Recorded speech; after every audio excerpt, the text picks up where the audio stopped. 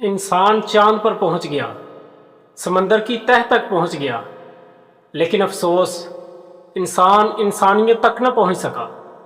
अब आप ये अमरीदके वाला वाक़या ही देख लें। इंसानों को ऐसे ज़िबा किया गया, कत्ल किया गया, जलाया गया जैसे कोई जंगल के दरिंदे जानवर होते हैं।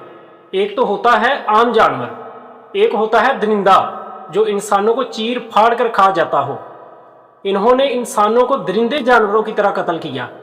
वैसे अजीब मामला है, कोई भी अपने हक के लिए निकले वो दहशतगर्द करार पाया जाता है और इसको कत्ल करने का आर्डर भी खुद ही जारी कर दिया जाता है कि इसको कत्ल करना लाजम है, फर्ज है, वाजिब है।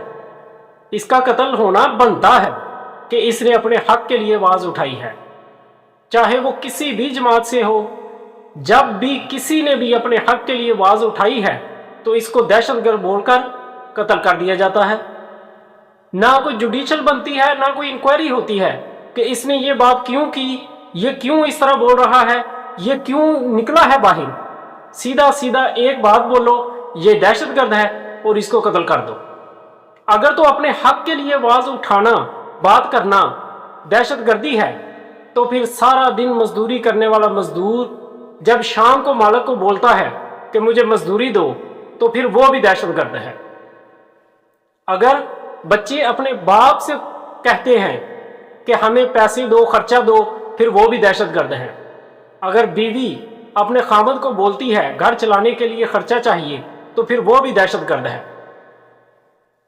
अगर तो अपने हक के लिए आवाज उठाना, अपने हक के लिए बोलना ही दहशतगर्दी है, तो इस लिहाज से फिर पूरा पाकिस्तान बल्कि पूरी दुनिया ही दहशतगर्द है। वैसे अजीब मामला है, कोई भी बोलता है वो दहशतगर्द करार पाया जाता है और कत्ल कर दिया जाता है। अगर तो अपने हक के लिए बोलना ही दहशतगर्दी है, तो क्या फिर अपने ही लोगों पर गोली चलाना दहशतगर्दी नहीं है? इस बारे में कोई जवाब देगा? इस बारे में कोई लबकुशाई करेगा?